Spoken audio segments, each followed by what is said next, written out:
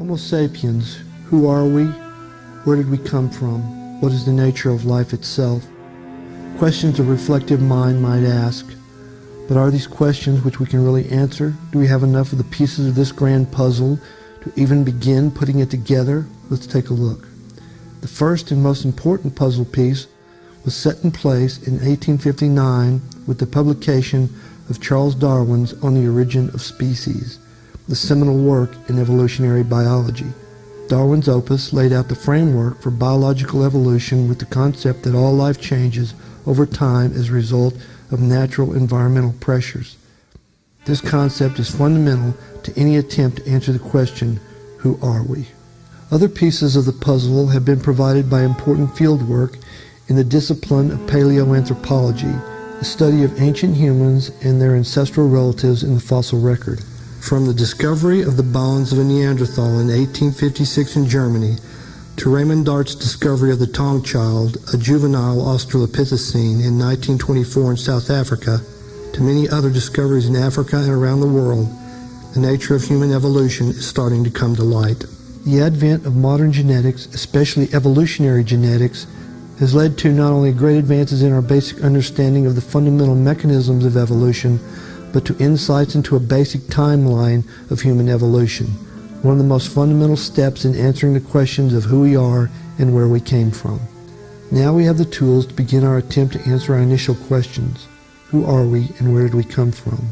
These tools being, 1, the concept of evolution, that life changes over time; 2, the results from field work and excavations in paleoanthropology; 3, the results from field work and studies in evolutionary genetics; and we will add one more, anthropological fieldwork related to the living examples of humankind that may shed light on our immediate human ancestors. And it is with this tool we will begin our quest to answer questions on the nature of humankind. Any great quest needs its set of clues. As our quest begins, anthropology provides us with our first clue, the San Bushmen of the Kalahari Desert of southern Africa. But why the San Bushmen? The first Homo sapiens lived in hunter-gatherer societies. The San Bushmen represent one of the best living examples of a hunter-gatherer society. Anthropological studies among the San Bushmen have led to great insights into what our hunter-gatherer past may have been like. The San people are magnificently adapted to living in an unforgiving environment. Over thousands of years as a hunter-gatherer society, they have gained an intimate knowledge of the plants and animals on which they depend for survival. The San people are intrinsically bound to the land in which they live. When we study the San Bushmen, we study what it was to be human many thousands of years in the past prior to the advent of agriculture. The San people are not only ancient in lifestyle, but also genetically. Detailed analysis of San DNA sequences has found that the San Bushmen are the most genetically diverse of any living human population. This genetic diversity is an indicator that they are the closest living representative to our Homo sapiens ancestral roots.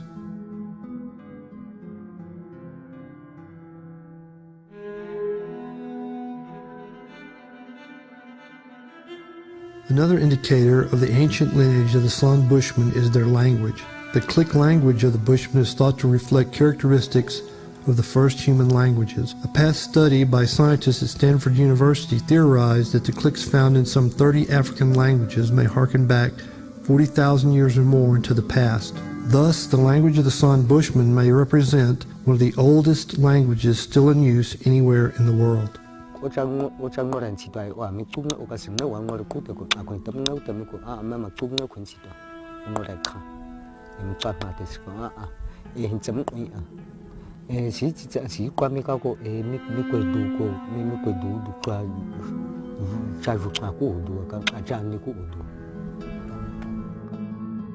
So we have our first clue, the San Bushmen, living in Africa, living in a hunter-gatherer society, and genetically speaking, the most ancient lineage of living human populations, speaking a Click language that harkens back to the earliest human languages.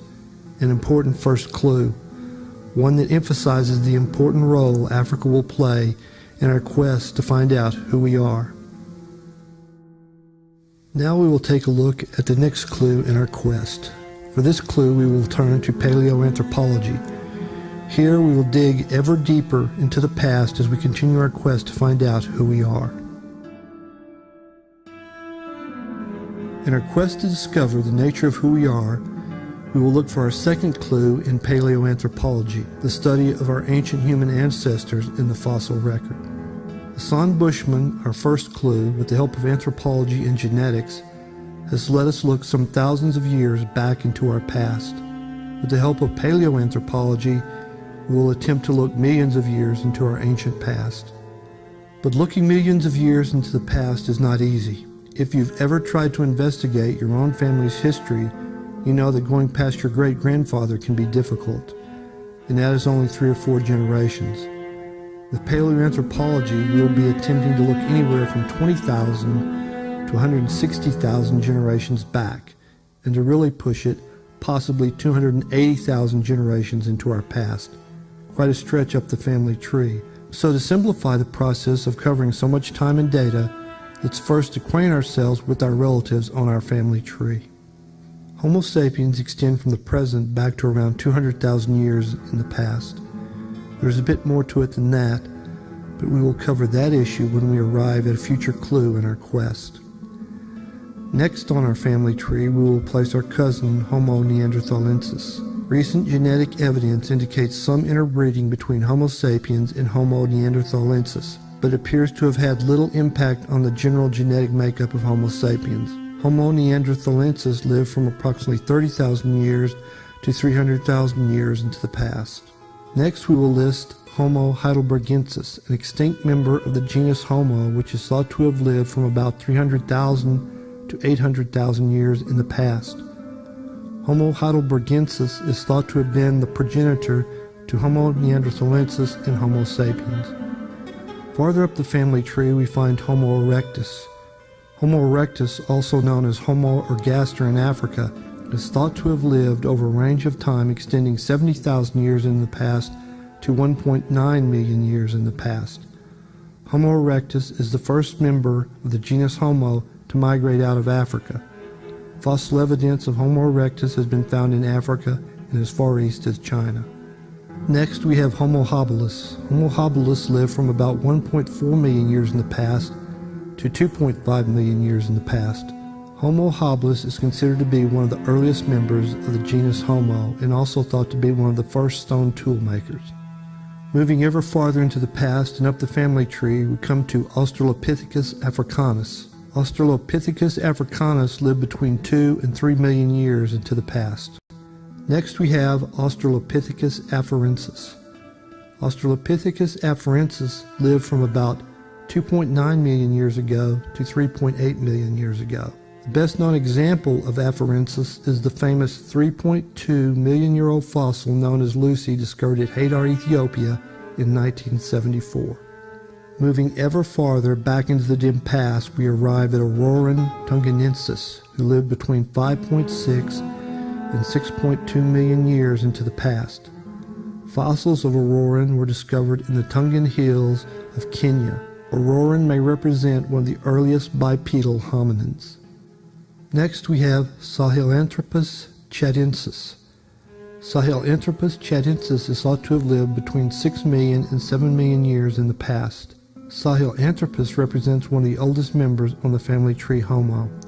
There is some evidence based on the foramen magnum, the opening at the base of the skull where the spinal cord connects, that suggests Sahelanthropus may have walked upright. But due to the limited nature of fossil evidence surrounding Sahelanthropus, little is known about its true nature. With Sahelanthropus, we have come as far back into our past as paleoanthropology can take us. Genetic evidence based on DNA sequencing and molecular clocks puts the human-chimpanzee genome split at between 6 and 7 million years into the past. To go any deeper, we would have to enter into an area so speculative as to be of little use. So we will end our look at our family tree here and move on to a closer inspection of the fossil evidence.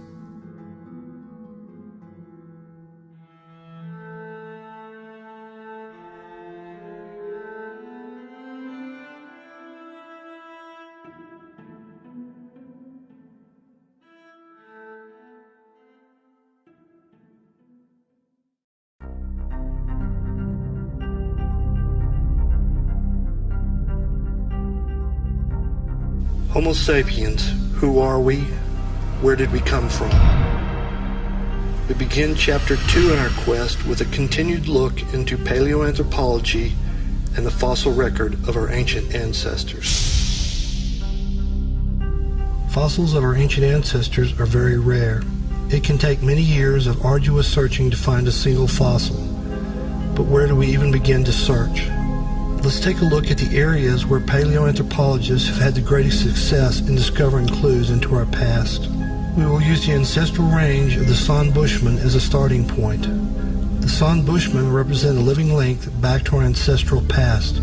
Let's see how that ancestral range matches up to the fossil record. East Africa, especially the Great Rift Valley, has played a central role in human evolution. The ancestral range of the San Bushmen is centered on this key geographic area. As we begin our look at the fossil record, we will see that the Great Rift Valley has been an important player in the story of our quest to understand the human fossil record.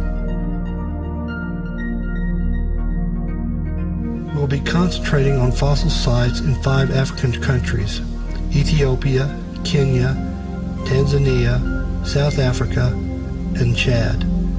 Some of the most important fossil finds related to our human ancestors have been discovered in these countries. To find a fossil from, say, 3.5 million years in the past, you need to know where to look. But how does one know where to look? A key part of the answer is geology. Geology is the study of the Earth's physical structure and substance. Geologists are able to date rock layers and fossils by various methods. Radiometric dating is one of the most important methods. Radiometric dating uses the decay of natural occurring radioactive elements to date a rock sample or fossil. This is referred to as absolute dating or calendar dating because it provides an actual time range for the age of a sample. Another method of geological dating is stratigraphic dating, which is a relative dating method. It uses the principle that younger layers of rocks will lay atop older layers of rock.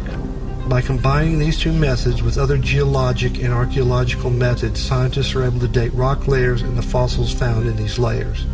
These methods enable paleoanthropologists not only to date fossils, but also point to rock layers where fossils of a certain age may be found. All of this field work and dating of rock layers has led geologists to arrive at a geological timescale for the Earth. Let's take a moment to familiarize ourselves with this timescale, as it will give us a reference for our continued quest to look into the fossil record of our human ancestors. The age of the Earth is calculated to be about 4.5 billion years old. This 4.5 billion year history can be divided into 2 broad stretches of time called the Precambrian and the Phanerozoic. The Precambrian stretches from 4.5 billion years ago to approximately 545 million years ago. The Phanerozoic begins 545 million years ago. It is marked by the large-scale appearance of multicellular life forms in the fossil record and marks the beginning of an expansive growth in Earth's biodiversity. The Phanerozoic is divided into 11 periods: the Cambrian, Ordovician, Silurian, Devonian, Carboniferous, Permian, Triassic, Jurassic, Cretaceous, Tertiary, and Quaternary periods. Let's start to look at the fossils of our human ancestors with a trip to the Jurab Desert of Chad, where fossils of one of our most ancient ancestors has been found. The Jurab Desert is located in northwestern Chad in northern Africa. It is part of the Great Saharan Desert System. The specific area where our potential ancestors' fossils were discovered is called the Taurus Manala Fossil Area. In 2001, members of the Franco-Chadian Paleoanthropological Mission led by Michel Brunet, working in the Taurus Manala region, discovered hominin fossils of a new species which they called Sahelanthropus chadensis. The fossils were dated at between 6 and 7 million years old. These are the oldest known fossils of a potential ancient human ancestor. The date of 6 to 7 million years puts the fossils in the same time range as the theorized genetic split between the Homo lineage and the chimpanzee lineage. Because of this, there is some debate among paleoanthropologists as to exactly what role Sahelanthropus plays in the family tree Homo. Is it a direct ancestor to Homo, or does it represent some parallel species to our ancient ancestor? Only future research will resolve this question. The current view of Sahelanthropus is that it probably walked upright, it had the brain size of a chimpanzee, and was probably about the same size as a chimpanzee. Fossils of other creatures found in the same strata include elephants, antelopes, hippos, crocodiles, hyenas, snakes, turtles, and fish. This leads paleoanthropologists to believe Sahelanthropus lived in an area of wooded savanna with lakes or rivers present. To find an equivalent environment today, we might look at Lake Chad, which lies on the border between Cameroon and Chad. The area around Lake Chad may be representative of the environment in which Sahelanthropus lived over 6 million years in the past. We took a look at the geological time scale a few minutes back. The last two periods of the time scale were the Tertiary and Quaternary periods. These cover the last 65 million years of Earth's history. The geologic boundary between the Tertiary and the older Cretaceous layer is known as the KT boundary. This is dated at about 65 million years ago. This layer marks the theorized asteroid strike that ended the reign of dinosaurs and began the rise of mammals. Bad for dinosaurs, but good for the family tree Homo. The Tertiary and Quaternary periods are divided into smaller time periods called epochs. The Tertiary breaks down into the Paleocene, Eocene, Oligocene, Miocene, and Pliocene epochs. We would find Sahelanthropus in the late Miocene epoch. Quaternary breaks down into the Pleistocene and Holocene epochs. We will be concentrating on the late Miocene epoch to the end of the Pleistocene epoch as we continue our quest to understand the family tree Homo. Our quest now takes us to Eastern Africa. We will visit the Tugen Hills in the Baringo district of Western Kenya. The Tugen Hills are part of the Great Rift Valley system of Eastern Africa. In October of 2000, members of the Kenya paleontology team led by paleoanthropologists Martin Pickford and Brigitte Sanu discovered fossils of a new hominid species which they called Auroran tugenensis. The fossil specimens found so far belong to at least 5 individuals. The fossils are dated between 5.7 million and 6 million years in the past. This puts Auroran in the late Miocene epoch. The fossils were found in the Lacino Formation of the Tugen Hills. The fossils were dated using radiometric dating, magnetostratigraphy, and biochronology. The dating of Auroran tugenensis to around 6 million years in the past puts it in the time frame of the theorized human-chimpanzee genome split. Just as with Sahelanthropus, there is some controversy as to whether Auroran is a direct ancestor to modern humans or a distant relative. Fossil evidence indicates that Auroran was about the same size as a modern chimpanzee. There is evidence from the morphology of the fossil femur of Auroran that indicate it may have walked upright. Upper limb fossils of Auroran indicate that it was likely adapted to a life in the trees. Auroran may represent a transitional species adapting from a life in the trees to one more terrestrial in nature. Future research and discovery will hopefully clarify the questions surrounding Auroran. Fossil evidence found in conjunction with Auroran indicate that it probably lived in a marginal forest environment near a lake or stream. Fossils of animals found in the same strata as Auroran include impalas, leaf monkeys, colobus monkeys, fruit bats, tree hyraxes, and water chevrotains. These are indicative of a forested environment. Based on fossil evidence, it is theorized that one specimen of Auroran was stalked and killed by a large feline. The carcass was carried up into a tree to be eaten. The bones of Auroran dropped down into a body of water where they settled. Over time, the bones fossilized and came to rest in the Lacino Formation, where they lay until discovered 6 million years later. We will end Chapter 2 of our quest here. In Chapter 3, we will continue to seek answers into the nature of our ancient ancestors with the help of paleoanthropology.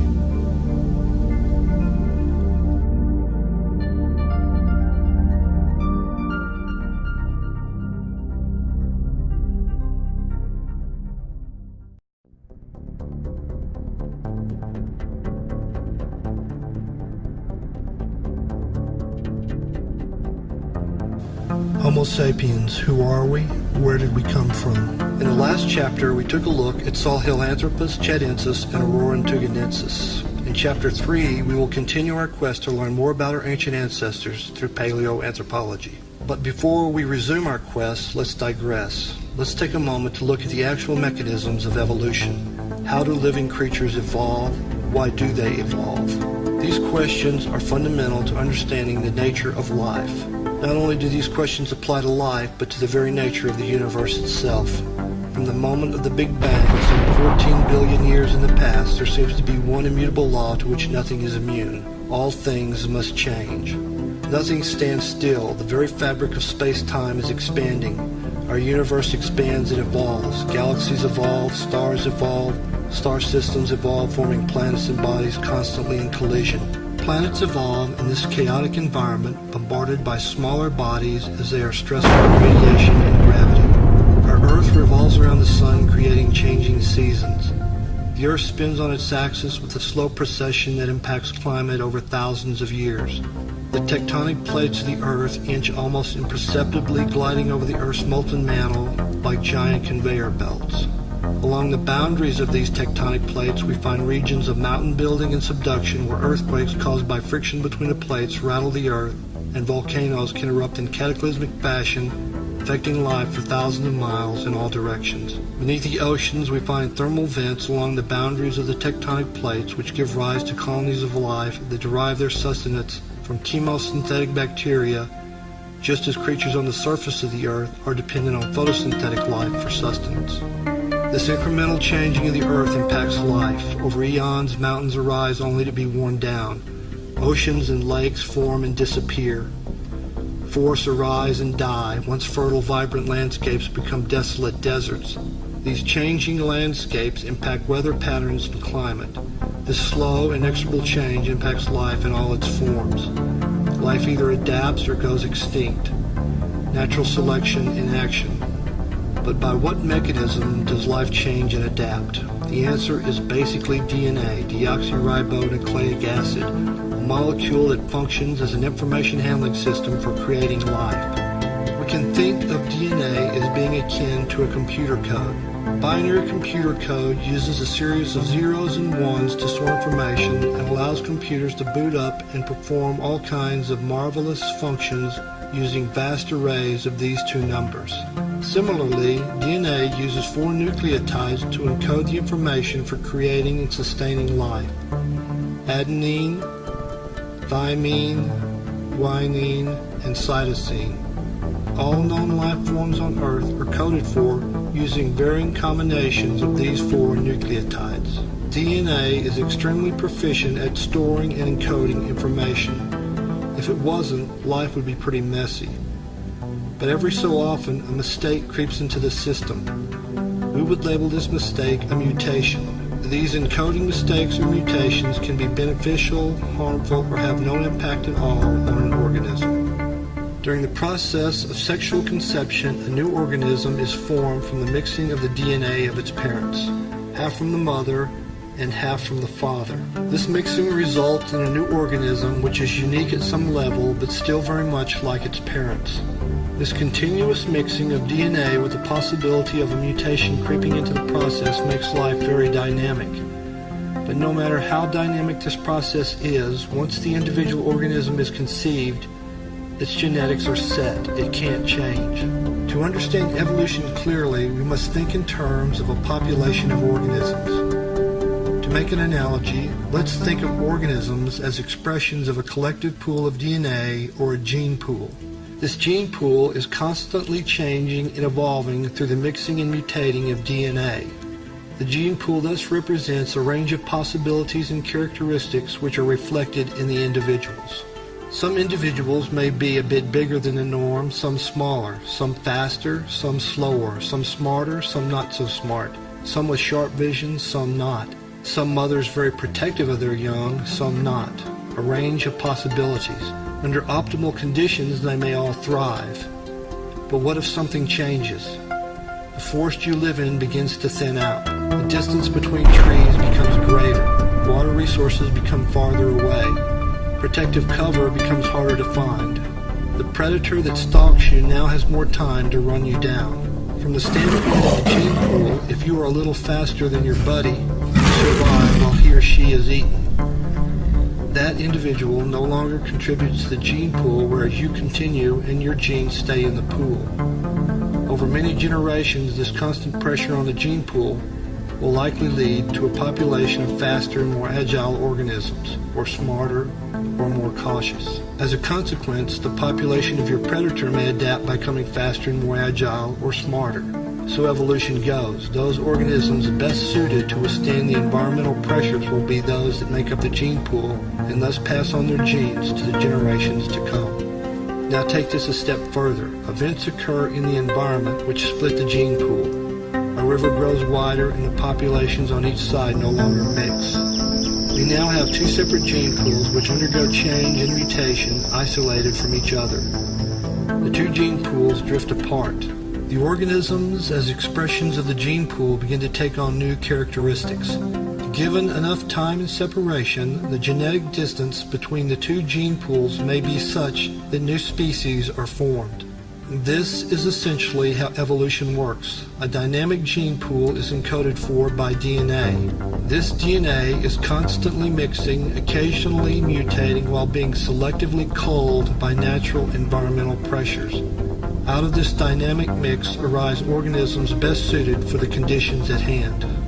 Thus Mother Nature, not through design, not through foresight, but by carefully rubbing and blowing on her dice, plays her magnificent game of chance, and we and all we see are the result. A bit of skill and a bit of luck tempered and honed by the laws of chemistry and physics. We are not here because Mother Nature is a designer. We are here because Mother Nature is a gambler. Returning to paleoanthropology, we will continue our quest to learn more about our ancient ancestors on the family tree Homo. In Chapter 2, we looked at Sahelanthropus and Auroran, which took us some 6 million years back into the past. As we move forward in time, leaving the Miocene epoch and entering the Pliocene epoch at about 5.3 million years in the past, we begin to enter a more fossil-rich area of paleoanthropology. The family tree Homo begins to get a bit more crowded. Let's take a moment to look at our family tree. Sahelanthropus and Auroran are two early ancestral possibilities which lie in the time frame of the theorized genetic split between the lineages of Homo and chimpanzee, this occurring around 6 million years in the past. As we move forward in time, we find Ardipithecus cadaba at around 5.6 million years in the past. At around 4.4 million years in the past, we find Ardipithecus ramidus. These members of the genus Ardipithecus occur after the genetic split between the lineages of Homo and chimpanzee. What role Ardipithecus plays on the family tree Homo is still being researched. Moving forward to around 4 million years in the past, we come to the genus Australopithecus. The Australopithecines represent an important group on the family tree Homo. Included in this important genus, we find Australopithecus anamensis, Australopithecus afarensis, and Australopithecus africanus. The Australopithecines may have given rise to the genus Homo, but the exact role is still being debated. When we come to around 2.5 million years in the past, we find the first member of the genus Homo, Homo habilis. Homo habilis is the first human ancestor associated with stone tools. Around 1.8 million years in the past, we find Homo erectus, also known as Homo ergaster. Homo erectus represents a direct ancestor on the family tree. Homo erectus is the first member of the genus Homo to migrate out of Africa into Europe and Asia. Homo erectus gave rise to Homo heidelbergensis, who in turn gave rise to Homo neanderthalensis and Homo sapiens. As we look at our family tree, it is important to remember that we are dealing with dynamic populations that are slowly changing and adapting to variations in their environment over thousands and millions of years. The fossils that have been found represent but a small snapshot in time of a much greater and far more complex picture. There is always a desire to make the complex succinct so that it may be more easily grasped. But let's never lose sight of the fact that the tale of the family tree Homo is a very complex and multifaceted story. We will continue our quest to learn more about this amazing story in Chapter 4 with the help of paleoanthropology.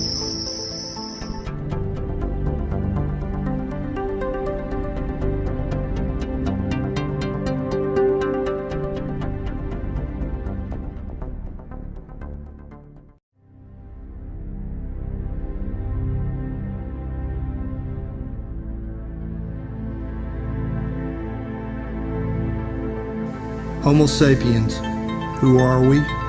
Where did we come from? In Chapter 4, we will continue our quest to learn more about the family tree Homo with the help of paleoanthropology. Traveling from 6 million years forward to 5 million years in the past, we will cross from the Miocene epoch into the Pliocene epoch. We will seek to illuminate the nature of some of our most ancient ancestors with a look at the fossil record. Our quest now takes us back to Eastern Africa. In Chapter 2, we looked at Sahelanthropus chadensis in Chad and Aurantuganensis in Kenya. We will now turn our attention to Ethiopia with a look at the genus Ardipithecus. Ardipithecus will take us from the late Miocene into the Pliocene epoch at 5.8 to 5.3 million years in the past. Let's continue our quest with a trip to the Middle Awash River Valley in northeastern Ethiopia in Africa. The Middle Awash River Valley is located in the Afar Depression, a geological feature which is part of the Great Rift Valley system of eastern Africa. In this dry, desolate desert region, paleoanthropologists have made some key discoveries which have helped to further illuminate our family tree. Between 1992 and 2002, a group of researchers led by Tim White of the University of California, Berkeley discovered fossils of an ancient hominin which they called Ardipithecus. Two species were found, Ardipithecus ramidus and Ardipithecus cadaba. Ardipithecus cadaba lived around 5.6 million years in the past. Ardipithecus ramidus lived around 4.4 million years in the past. Ardipithecus cadaba is an important ancient ancestor because it appears in the time frame of the human-chimpanzee genome split. Somewhere between 7 million years ago and 5 million years ago, we would find the last common ancestor of the chimpanzee line and the line of our human ancestor. Recent genetic research points to the genome split between chimpanzee and our human ancestor occurring around 6.3 million years ago. This genetic research points to a second surprising conclusion. Around 5.3 million years ago, there was crossbreeding between the chimpanzee line and the line of our human ancestor. This crossbreeding led to the creation of a hybrid line that was genetically viable. This hybrid line gave rise to the line of our human ancestor. This second division in the genome of humans and chimpanzees left its mark on the genome of our human ancestors in the form of the female sex chromosome X, which is about 1.2 million years younger than our other chromosomes according to the evolutionary clock. What role Ardipithecus plays in the story of the human-chimpanzee genome split may be revealed in future research. The fossils of Ardipithecus cadaba consist largely of teeth, fragments of the lower jaw, pieces of the forearm, finger bones, a collarbone, and a toe bone. To the untrained eye, these fossils may seem to hold little of interest, but to a paleoanthropologist, they reveal insights into the lifestyle of one of our ancient ancestors. Teeth, in particular, can be very informative. They can give us information on diet and social adaptations. Finger bones can tell us about their hands and how they use them. Toe bones can tell us whether an animal is adapted for climbing or walking. From an appearance standpoint, Ardipithecus cadaba was about the same size as a modern chimpanzee. It probably walked upright part of the time, but was still an agile climber. It most likely lived in a forested environment with lakes or rivers nearby and swamp-like conditions present. Moving forward in time, we would find Ardipithecus ramidus at around 4.4 million years in the past. Ardipithecus ramidus displays characteristics that are transitional between chimpanzees and the later Australopithecines. The canines are smaller than chimpanzee, but larger than Australopithecines. Ardipithecus ramidus most likely lived in a forested environment near lakes and rivers. The genus Ardipithecus moves us farther down the family tree towards our own human beginnings. We will next look at the genus Australopithecus, which moves us ever closer to the beginning of our own genus, Homo. As we begin our look at the genus Australopithecus, let's review our journey so far. From 7 million years in the past to 5.7 million years in the past, we have looked at the potential human ancestors, Sahelanthropus and Auroran. With Ardipithecus cadaba at around 5.6 million years in the past, we begin to leave the Miocene epoch and move into the Pliocene epoch at 5.3 million years in the past. Ardipithecus ramidus moves us well into the Pliocene epoch at around 4.4 million years in the past. We begin to encounter Australopithecus at around 4.2 million years in the past. The Australopithecines are a very important relation on the family tree Homo. Let's begin our look at the genus Australopithecus on an October Saturday in 1924. It is October 11, 1924, a Saturday in Melrose, an upper-class area of Johannesburg, South Africa. Raymond Arthur Dart, the young director of anatomy at the University of Witwatersrand, is getting dressed for a wedding. He is the best man. His wife Dora is urging him to hurry. As he dresses, he looks out the window of his home to see two men from the South African Railway struggling up his drive with two wooden crates. It is the shipment of fossils from the Buxton Lime Quarry in Tong, South Africa that he has been expecting. Raymond's wife pleads for him to concentrate on the wedding, but as soon as she is off to get dressed, Raymond is out the door. He wrenches the top off of the first crate. It is full of cut limestone containing various fossils. Raymond is disappointed in the contents. He turns to the second crate and removes the lid. His eyes fall on an endocranial cast, a fossilized brain from the interior of a skull that he sees lying atop the contents. As he picks up the fossilized brain, Raymond can see right away that the brain is too large for a baboon or chimpanzee, yet too small to be that of a primitive man. He senses he is holding in his hands something new, something very different. He feverishly rummages through the crate to see if there is a face to fit with his brain. He finds a large rock into which the fossilized brain fits perfectly. In the rock, he can see hints of a skull. Raymond begins to realize he may have found one of the most significant discoveries in the history of anthropology.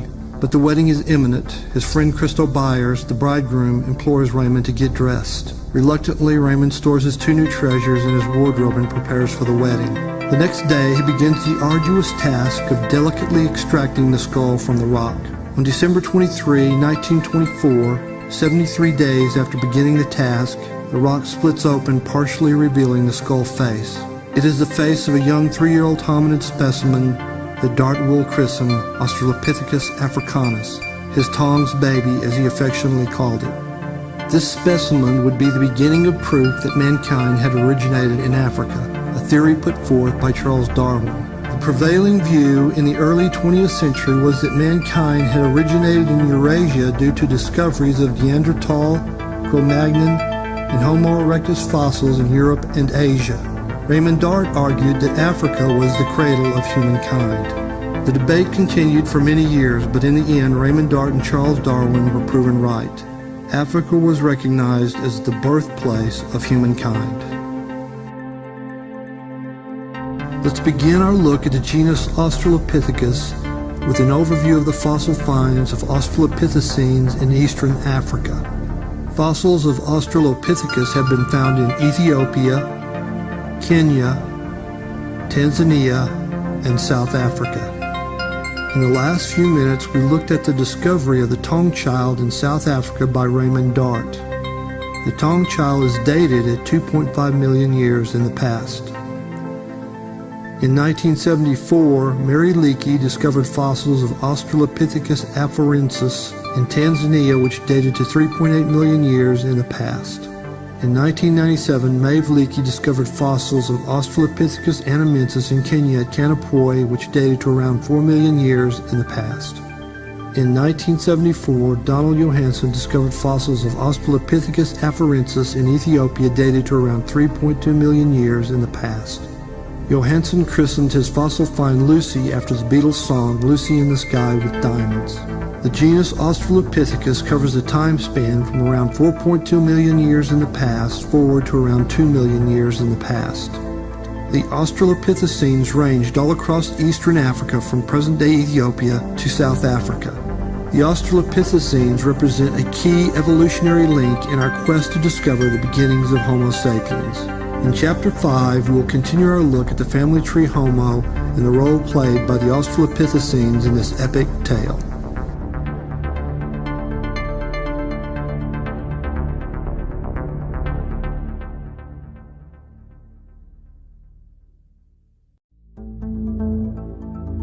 Homo sapiens, who are we?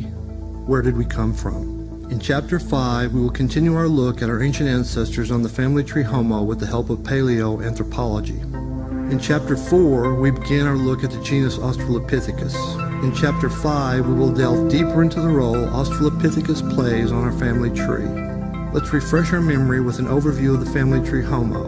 In the past chapters, we have looked at Sahelanthropus, Auroran, and Ardipithecus. This brings us up to about 4.5 million years in the past. Australopithecus will take us from around the 4 million year mark to the 2 million year mark. Starting around 2.5 million years in the past, we will begin to encounter our ancestors in the genus Homo. Our own species, Homo Sapiens, will make an appearance around 200,000 years in the past.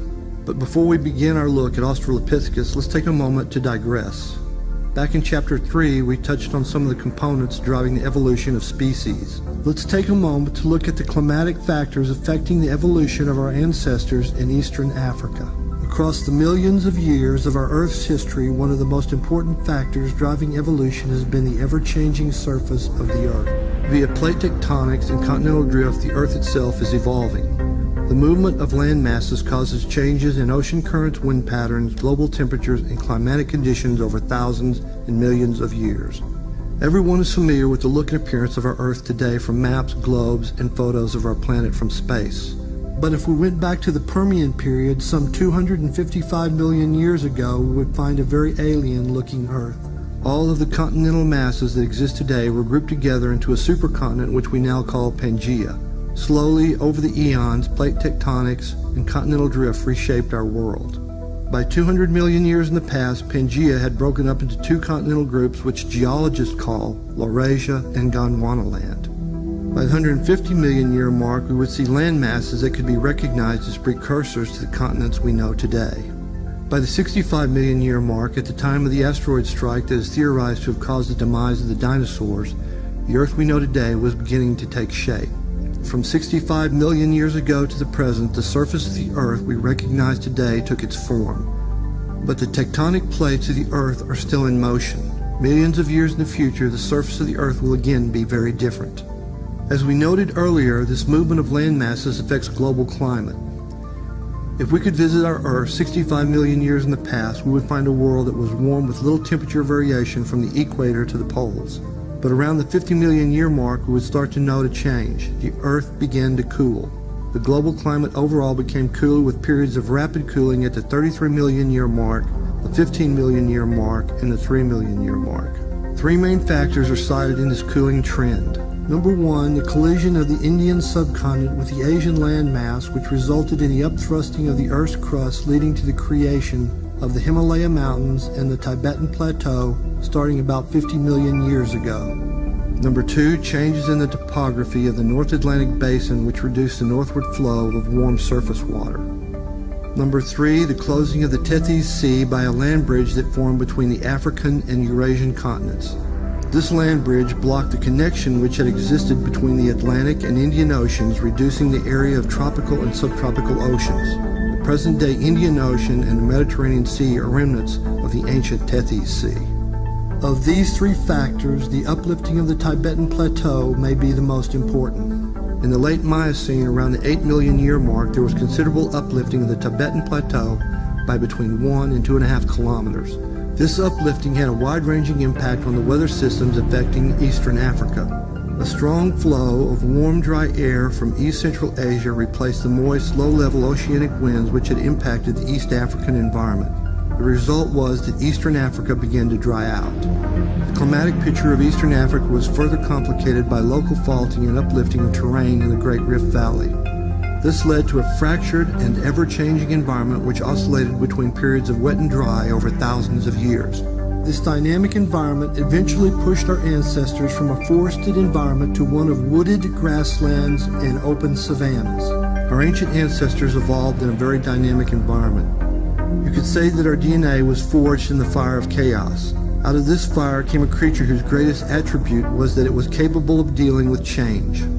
More so than any creature that had existed prior, our ancestors were evolving the ability to overcome the changing environment through intelligence, social interdependence, and the harnessing of technology. We were becoming the ultimate survivor. With this in mind, let's return to our look at the genus Australopithecus. Let's see what role they played in this dynamic saga that led to the evolution of our genus, Homo. As we begin a more in-depth look at the genus Australopithecus, let's review some of the major points covered in Chapter 4 and earlier in this video. The genus Australopithecus ranged across eastern Africa over a period of 2 to 2.5 million years and possibly more. The geographical range appears to cover most of eastern Africa, with some fossil evidence indicating the possibility of westward extension of the range into Central Africa into present-day Chad.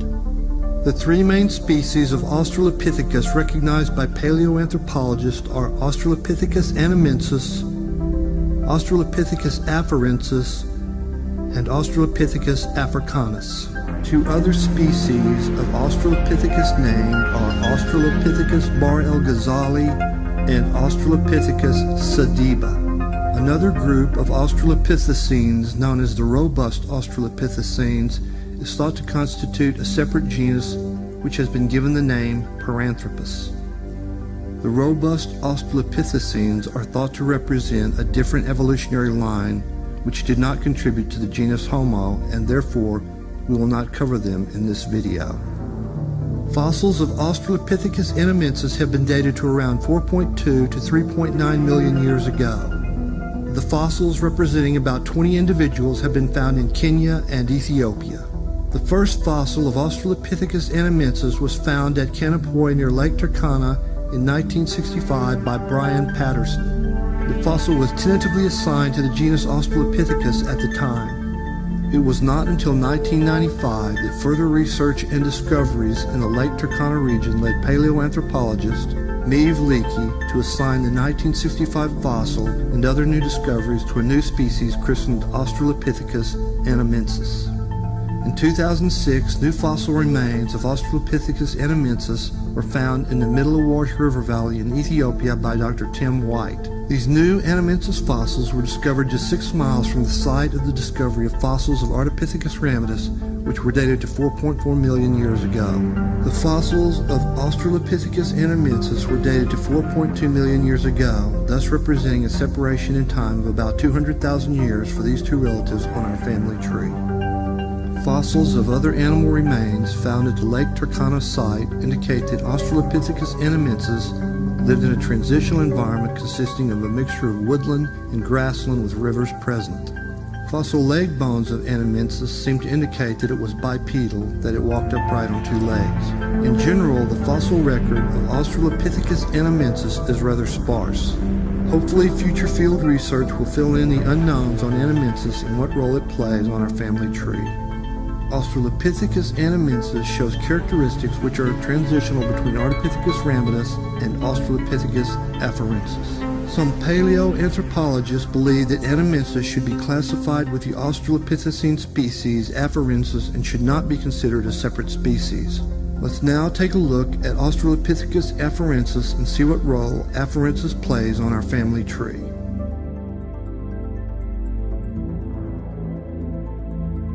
Fossils of Australopithecus afarensis have been discovered in Ethiopia, Kenya, and Tanzania. The fossil remains have been dated from 3.9 to 2.7 million years in the past. The species of Australopithecus designated afarensis was first named in 1978 by Donald Johansen and Tim White following the study of fossils found in northeastern Ethiopia. The fossils Johansen and White were studying were those of one of the most widely publicized examples of Australopithecus afarensis ever found, the famous Australopithecine christened Lucy. The fossil remains of Lucy were discovered in November of 1974 by Donald Johansen and Tom Gray. The fossils were found in the Afar Triangle Middle Awash area near Hadar, Ethiopia. The fossils of Lucy were dated to 3.2 million years ago. This schematic of the soil layers gives a general idea of the stratigraphy of the site in which the fossils of Lucy were found. Potassium-argon dating of the volcanic layers in the formation were important in establishing the date of the fossils. The research team found several hundred bone fragments which represented about 40% of the entire skeleton of Lucy, one of the most complete Australopithecine skeletal remains ever found. It was estimated that Lucy stood about 3 feet 6 inches tall, or about 1.1 meters. She weighed in at around 65 pounds. Her appearance would have been somewhat chimpanzee-like, but her posture would have been more upright.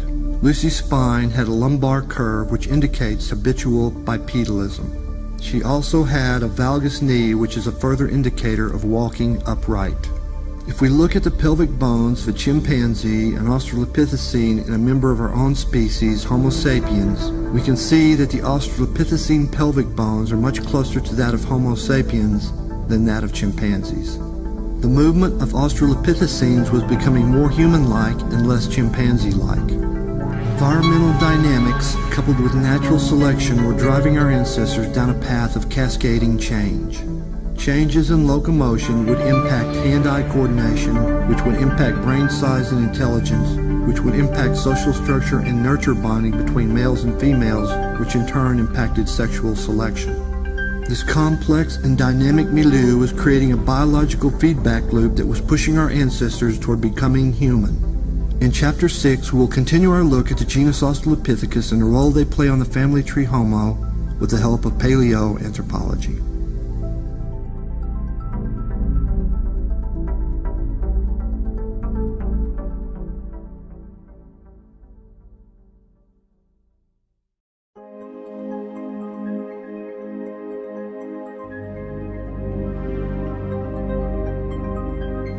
Homo sapiens. Who are we? Where do we come from? In Chapter 6, we will continue our quest to learn more about our ancient ancestors on the family tree Homo. Let's continue our look at the hominid species Australopithecus afarensis with the help of paleoanthropology. Our quest takes us back to Eastern Africa to Ethiopia. We will visit a place called the Kika in the Afar Triangle area near the Awash River. The Kika is just a few miles south of Hadar, Ethiopia, not far from where the fossils of the Australopithecine called Lucy were found in 1974. It was here in Kika on December 10th of the year 2000 that Serezanai Alemseged and his research team discovered the remains of a young Australopithecus afarensis, which Serezanai named Salam. Over 60% of the entire skeleton of Salam was recovered. Salam is thought to have been a young female Australopithecine who died at the age of 3 years old. She may have drowned in a flood along the Awash River. Shortly after death, her body was probably buried under sand and gravel. This would account for the recovery of so much of the skeleton of Salam. The fossil remains of Salam are dated to about 3.3 million years in the past. This makes Salam approximately 120,000 years older than the Australopithecine called Lucy. The skeletal remains of Salam pose some interesting questions. Let's see what the fossils of Salam can tell us about the state of our evolution some 3.3 million years in the past. Because Salam died at approximately 3 years old, her skeletal remains may help give us insight into the ontogeny or the development and growth patterns of Australopithecus afarensis. The nearly complete skull and brain cast of Salam may shed light on the growth pattern of the Australopithecine brain. Salam's brain cast indicates that her brain was slightly smaller than that of a chimpanzee at the same age. As an adult, her brain would have been larger than a chimpanzee's brain. This could be indicative of Australopithecines having an extended brain development cycle as in Homo sapiens. This longer development cycle of the brain allows a more complex brain to form outside the womb. This may indicate that young Australopithecines needed an extended period of care and nurturing similar to childhood in humans. If we look at the brain growth cycle of a human and a chimpanzee, we would find that the chimpanzee brain attains about 50% of its size in the womb. The human brain only attains about 25% of its size while still in the womb. Thus, nearly 75% of a human's brain development occurs after birth. From birth to around age 5 or 6, a human brain grows to about 90% of its adult size. This extended childhood of Homo sapiens has been essential to our evolutionary success. It allows for complex cultural learning and interaction. During this extended growth cycle, the brain is bombarded by parental and environmental stimuli, which is crucial in acclimating the neophyte to the world in which it must live and survive. The question we have when looking at the brain development of our ancestors, such as Australopithecus afarensis, is whether they had already started down this path of increasing brain complexity. Salam seems to hint at this possibility, but only future research will help to answer this important question. Salam's remains also produced only the second hyoid bone ever recovered from one of our ancient ancestors. The hyoid bone is a tiny bone which attaches to the tongue muscles. In Salam, the hyoid bone is much more like a chimpanzee than a human. This can give us insight into Salam's vocalizations. It's likely that any sounds Salam made were more like a chimpanzee than a human. The structure of Salam's inner ear was closer to that of apes than humans. Since the inner ear plays a role in balance, this could indicate that, though Salam walked upright, she would not have been as agile and quick on her feet as members of the genus Homo. Salam's neck was short and thick, more like an ape than a human. The human neck, being slender and longer, helps stabilize the head when running. Salam's shorter neck may be an indicator that Australopithecines, while capable of walking upright, were not good long-distance runners. Salam's upper torso displays features that are adapted to tree climbing, such as long curved fingers. Salam is probably representative of a creature in transition from arboreal living to terrestrial living. Natural selection was pushing the adaptation of bipedalism, while the adaptation of the upper torso followed. At 3.3 million years in the past, our ancestors were transitioning from a forested habitat to one of wooded grasslands and open savannas. As Eastern Africa began to dry out and change, our ancestors were adapting to that change. Salam represents a small snapshot in time of that transition. If we close our eyes, maybe we can imagine standing by a flood-swollen awash river some 3 million years in the past. Dark storm clouds boil across the African sky. Lightning dances, ramming darkness down gullies and ravines. Trees shudder and scream. Winds howl, raking the earth. Rain sizzles and explodes off the rock face. Suddenly, a flash of lightning reveals a small group. They struggle along the banks of the river. They are seeking shelter. A young 3-year-old clings to her mother. She is terrified by the storm. She screams out. The waters are rising so fast. The 3-year-old slips. Her mother lunges for her, but the strength of the water is so great. They are washed away. The mother manages to grasp a limb. She clings to it with all her strength. In the roar of the darkness, she hears the screams of her daughter fading and fading. We may never know the exact details of the last seconds of Salam's life, but through the efforts of paleoanthropologists such as Zeruzanai Alemseged, our ancient ancestors like Salam can help illuminate the nature of our own life and existence. Let's now continue our look at the genus Australopithecus with a journey to Tanzania in eastern Africa. We will travel to the site of Lutoli, which lies just 45 kilometers or about 28 miles south of the famous Olduvai Gorge. The site of Lutoli holds some of the most interesting finds associated with the genus Australopithecus. Surprisingly, no bones are involved. What the Lutoli site is famous for is its footprints. Approximately 3.6 million years ago, several of our hominid ancestors walked across an area of wet volcanic ash. They left behind a trail of footprints about 27 meters or 88 feet long. An eruption of the nearby volcano, now called Sodoman, had deposited a layer of volcanic ash across the countryside. Light rain had fallen on the ash layer, creating a sort of muddy cement. When our ancestors walked across the area some 3.6 million years ago, their footprints were captured in the wet ash layer. Subsequent eruptions of the volcano laid down further layers of ash which helped preserve the footprints. The footprints of numerous animals were also captured in the ash layer. Gradually, erosion wore down and exposed the layer of tracks.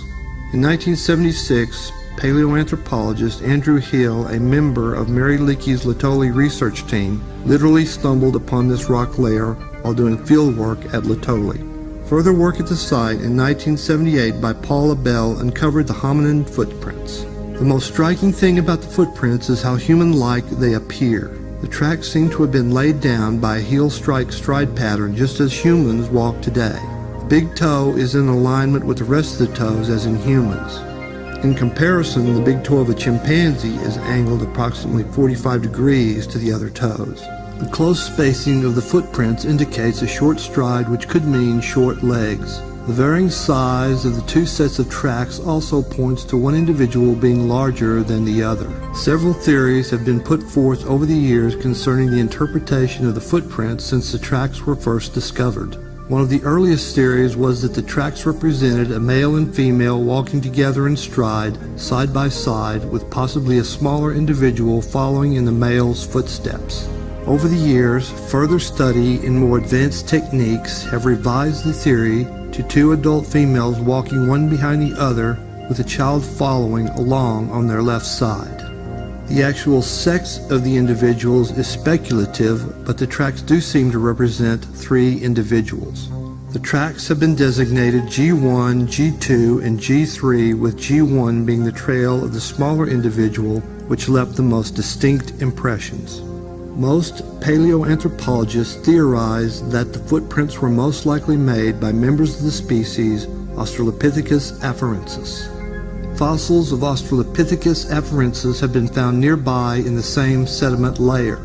As no other concurrent hominid species has been found, this lends credence to Australopithecus afarensis being the track maker. This ancient trail of footprints seems to indicate that bipedalism was well established in our ancestors some 3.6 million years in the past.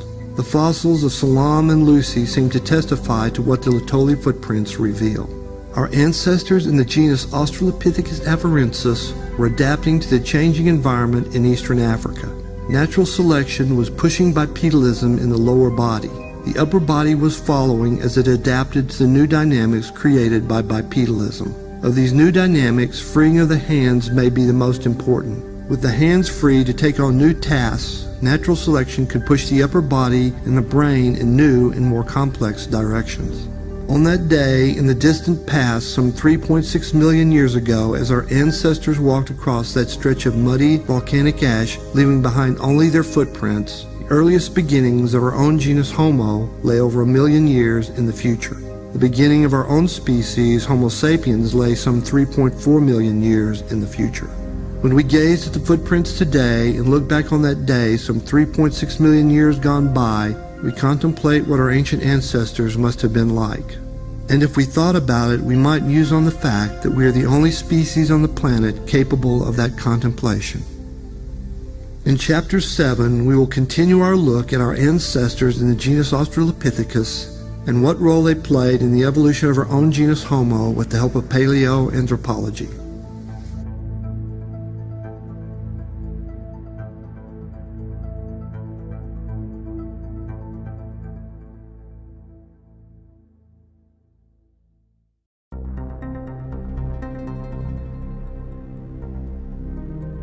Homo sapiens. Who are we? Where do we come from? In Chapter 7, we will continue our look at the genus Australopithecus with the help of paleoanthropology. Before we continue, let's digress for a moment. We call ourselves Homo sapiens. Where does this name come from? In general, it comes from the desire or the need of the human mind to quantify or categorize the world around us. Specifically, the term Homo sapiens arose out of the work of the Swedish botanist Carl Linnaeus, who popularized the use of binomial nomenclature in his book Systema Naturae and Species Plantarum, published in the 1750s. The work of Linnaeus helped lay the foundation for the scientific or biological classification of life on Earth. Back in Chapter 3, we touched on DNA and the mechanisms of evolution. Scientific or biological classification is a way of categorizing or mapping biological relationships resulting from the evolution of the massive DNA gene pool that is inclusive of all life on Earth.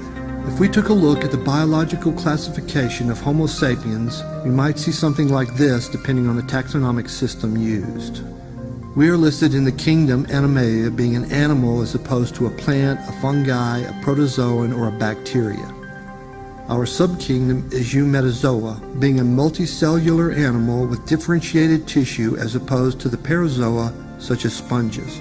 Our phylum is Chordata, meaning we display a notochord in early development. In the case of Homo sapiens, in embryonic development. Our subphylum is Vertebrata, indicating we have a backbone or a spinal column. Our superclass is Tetrapoda, designating four-legged or four-limbed. Our class is Mammalia. We nurse our young via mammary glands. Our subclass is Steria. We give birth to live young without the need of a shelled egg. Our infraclass is Eutheria. We are placental animals as opposed to a marsupial. Our order is primates. We display a wide range of characteristics including stereoscopic vision and adaptation to climbing trees. Our suborder is Anthropoidea. We have stereoscopic color vision and large complex brains for our size. Our infraorder is Catarrhinae, meaning we have narrow down-facing nostrils and 32 teeth. Our superfamily is Hominoidea, which includes humans, chimpanzees, gorillas, orangutans, and gibbons. Our family is Hominidae, which includes humans, chimpanzees, gorillas, and orangutans. The members of this group would be called a hominid. Our subfamily is Homininae, which includes humans, chimpanzees, and gorillas. The members of this group would be called a hominine. Our tribe is Homininae, which includes humans, chimpanzees, and all of the fossil ancestors of the genus Homo, such as Sahelanthropus, Auroran, Ardipithecus, Australopithecus, and all of the extinct members of the genus Homo, such as Erectus and Neanderthalensis. The members of this group would be called a hominin. This brings us to our own genus Homo and our own species Sapiens, and to go a step further, our own subspecies Sapiens, which differentiates us from more archaic forms of Homo sapiens. For example, Neanderthals would be classified Homo sapiens neanderthalensis, and we would be Homo sapiens sapiens. If we look at this graphic overview covering the last 15 million years of our evolution, we note around the 14 million year mark, the human chimpanzee gorilla line and the orangutan line are undergoing speciation or a genetic split. Speciation occurs gradually over many thousands of years as a gene pool becomes divided. This division most likely arises out of geographic separation, but other factors may also play a role. Around or before the 8 million year mark, another speciation occurred, leading to the genetic split of the human chimpanzee line from the gorilla line. This was reflected in the taxonomy, which places humans and chimpanzees in the tribe Homininae and the gorillas in the tribe Gorillinae. And as we've covered in past chapters, between 7 million and 5 million years ago, the human-chimpanzee line underwent speciation, which led to the genetic split between the line of Homo sapiens and the chimpanzee line. The chimpanzee line underwent speciation around the 1 million year mark, leading to the creation of the species Pan troglodytes and Pan paniscus. Approximately 30,000 years ago, our closest remaining relative on the family tree Homo, Homo neanderthalensis, faded from existence, leaving us the sole living member of the genus Homo. Let's now return to our look at the genus Australopithecus with a trip to South Africa. Back in Chapter 4, we took a look at the discovery of the first fossils of Australopithecus africanus in South Africa in 1924 by Raymond Dart. Fossils of Australopithecus africanus have been discovered at only 4 sites in South Africa. These sites are Tong in 1924, Sterkfontein in 1934, Makapansgat in 1948, and Gladysvale in 1992. Before starting a detailed look at Africanus, let's take a moment for a quick overview of the genus Australopithecus. In past chapters, we have looked at Australopithecus anamensis in Ethiopia and Kenya. Anamensis lived from about 4.2 to 3.8 million years ago. We looked at Australopithecus afarensis in Ethiopia, Kenya, and Tanzania. Afarensis lived from about 3.8 to 3 million years ago. The species Australopithecus africanus has only been found in South Africa. Africanus lived from about 3 to 2 million years ago. Let's also mention the species Australopithecus Bar el Ghazali. The fossil find of Bar el Ghazali consists of a jaw fragment and about 7 teeth. It was discovered in 1993 by Michel Brenet near Korotoro in Chad. The fossil dates to about 3.6 million years ago. The most interesting aspect of this fossil find is that it is located about 2,500 kilometers west of the Great Rift Valley. This seems to expand the range of Australopithecus well into Central Africa. Though assigned to the new species Bar el Ghazali, some paleoanthropologists believe it is more rightly assigned to the species Afarensis, as it falls in the same time range and within the variation parameters of the species Afarensis. Putting all of this together, we find the genus Australopithecus living over a span of about 2.2 million years or more, ranging across eastern Africa, possibly into north central Africa. The time range of Australopithecus is from about 4.2 million years ago to around 2 million years ago. Around the 2.5 million year mark, we would find the first representative of the genus Homo habilis. This gives us about 500,000 years of overlap between Australopithecus africanus and Homo habilis. What role did Australopithecus africanus play in the evolutionary transition to the genus Homo? Let's see what the fossil remains of Australopithecus africanus can tell us. On April 18, 1947, Dr. Robert Broom and John T. Robinson were doing excavation work at the Sterkfontein site about 70 kilometers southwest of Pretoria, South Africa. Their efforts on this day produced the most complete skull of Australopithecus africanus ever found. Initially, the skull was assigned the binomial name Plesianthropus transvalensis, from which it got the nickname Mrs. Please. The classification of the fossil was later revised to the species Australopithecus africanus. The fossil skull of Mrs. Please has been dated to between 2.2 and 2 million years old.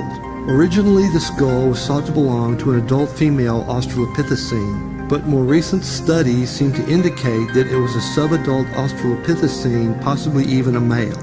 In August of 1947, Dr. Broom discovered another set of fossils at Sterkfontein, which included the pelvic bone from an Australopithecus africanus, which was strikingly human-like in appearance. This fossilized pelvic bone was one of the first discoveries to clearly demonstrate the bipedality of Australopithecus africanus. In Australopithecus africanus, we find a creature transitioning toward Homo-like characteristics, but still retaining ape-like aspects. It was bipedal, but probably not with the agility or facility of modern humans. Male specimens of africanus probably stood 4.5 feet tall and weighed around 90 pounds. Females would have been about 4 feet tall and weighed about 65 pounds. This would make africanus in general smaller than Australopithecus afarensis. However, the brain volume of africanus was slightly larger than afarensis, with a range between 420 and 500 cubic centimeters. It is largely in the skull of Australopithecus africanus that we can best see the differences between africanus and the older afarensis. The slope of the face is more vertical. The brow ridges are reduced and the cheekbones are more narrow. The teeth are more human-like and the shape of the jaw is parabolic as in humans. Endocasts of the brain of africanus show significant increases in the frontal and parietal lobes in comparison to a chimpanzee's brain. This increase in size foreshadows the changes to the brain that will continue to evolve in the genus Homo. In Australopithecus africanus, we find incremental changes that are inching along characteristics which will become more pronounced in the genus Homo, such as flattening of the face and an increase in brain size. Let's wrap up our examination of the genus Australopithecus with a look at one last species, Australopithecus sediba. On August 15, 2008, paleoanthropologist Lee Berger was doing fieldwork north of Johannesburg, South Africa on the Malapa Nature Reserve. His 9-year-old son Matthew was along on the trip. Matthew was exploring the area around the dig site. He came upon what he thought was a fossil bone and alerted his father. Lee Berger came to look and was stunned to see what he recognized as a hominin clavicle embedded in a rock. Upon turning over the rock, he discovered on the opposite side a mandible with several teeth. The fossils turned out to be a new species of Australopithecus, which was christened Australopithecus sediba. The specimen was a young male about 4 feet 2 inches in height. Further fieldwork by Lee Berger's research team in March of 2009 turned up a skull which belonged to the same specimen. The fossils of Australopithecus sediba were dated to about 1.95 million years in the past. Australopithecus sediba shows a mixture of characteristics that are both akin to Australopithecus and the genus Homo. Lee Berger and his research team interpreted the fossils of sediba as being transitional between Australopithecus and Homo. Other paleoanthropologists argued that sediba represented a late branch of Australopithecines that was coexisting with Homo habilis. Homo habilis had made an appearance on the African scene at least 300,000 years or more prior to sediba. As Australopithecus transitioned to Homo, where to draw the line between the two was blurred. To help clarify the classification issue, other experts in paleoanthropology, such as Richard Leakey, were advocating reclassifying Homo habilis to Australopithecus habilis. Leakey felt that because of its small size and primitive characteristics, Homo habilis was a better fit in the genus Australopithecus. The association of stone tools with Homo habilis had been one of the hallmarks that had heralded the advent of the genus Homo. The lines of classification seem to blur even more when we consider a fossil discovery made in 1996. Paleoanthropologists Tim White and Bahrain Asfal, working in the Middle Wash area of Ethiopia, discovered the fossil remains of a new species of Australopithecus which was christened Australopithecus gari. The most interesting aspect of this find was that it seemed to be associated with stone tools. The use of stone tools was thought to have arisen with the advent of the genus Homo and Homo habilis. The fossils of gari were dated to around 2.5 million years ago. This puts gari in the time range of the appearance of Homo habilis. So what was going on in the time span of roughly 2.5 million years to 2 million years ago? We have different species of Australopithecus coexisting with the early species of the genus Homo. In this time span, we would have found the Australopithecine species Africanus, Gari, and Sediba, not to mention the co-evolving robust Australopithecines, the genus Paranthropus, as well as at least one member of the genus Homo, Homo habilis. What we can gather out of this seeming chaos is that evolution is in and of itself a random and tumultuous process. It will never neatly bow to our nicely organized diagrams or simple linear models. The complexity of evolution will always appear a bit messy to the orderly human mind. Back in Chapter 3, we looked at DNA and the concept of organisms as expressions of a gene pool. Over many thousands of years, these gene pools diverge and evolve in different directions. This is what we see when we look back on the time span of 2.5 million to 2 million years in the past. Eventually, the gene pools represented by the Australopithecines and the genus Paranthropus ran their course. The gene pool represented by our own genus Homo continues to buoy us along on its tide as we move forward into the future. And if we were to look farther into that future than we dare imagine, advanced forms of space travel could lead to our own human gene pool becoming separated by vast stretches of space and time. Homo sapiens might begin to undergo speciation. 1 million or more years in the future, we may find Homo sapiens marsarensis or Homo sapiens centaurensis living and thriving far from Earth. But the future of Homo sapiens is a story yet to be written. In Chapter 8, we will continue our quest to discover who we are and where we came from with the help of paleoanthropology as we begin a look at our own genus, Homo.